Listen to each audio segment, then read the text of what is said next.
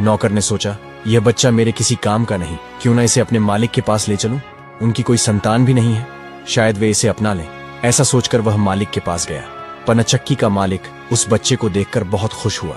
उसे लगा जैसे भगवान ने उसकी और उसकी पत्नी की प्रार्थना सुन ली हो।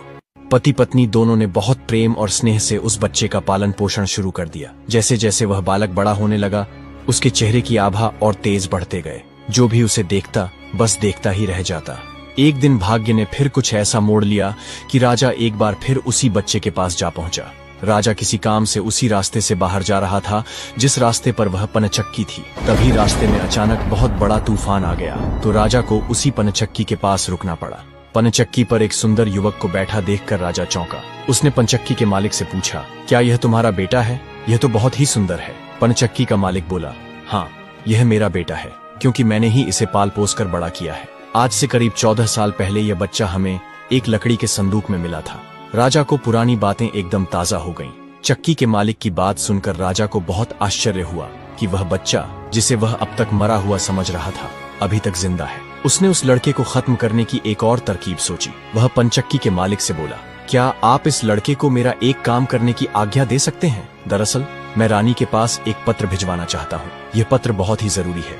मैं इस काम के लिए इसे सोने के 2 सिक्के दूंगा। चक्की का मालिक उसे भेजने के लिए तैयार हो गया और लड़का भी फौरन राजी हो गया। राजा ने झट से अपनी रानी को एक पत्र लिखा। उसने लिखा, जैसे ही यह लड़का तुम्हारे पास मेरा यह पत्र लेकर पहुंचे, तुम इसे मरवा देना और महल से दूर दफनवा देना।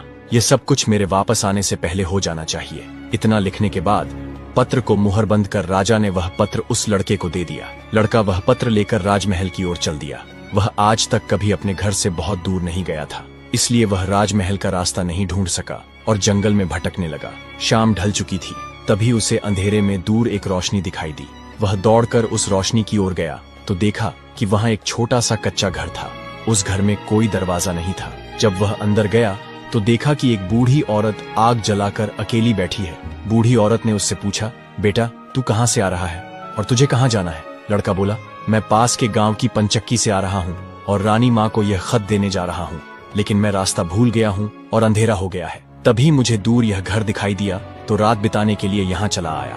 बूढ़ी औरत को उस लड़के पर बहुत दया आई, क्योंकि वह जगह डाकुओं का अड्डा था और वह बूढ़ी औरत उन्हीं की नौकरानी थी। उसे डर था कि अगर डाकुओं ने लड़के को देख लिया तो वे उसे मार डालेंगे।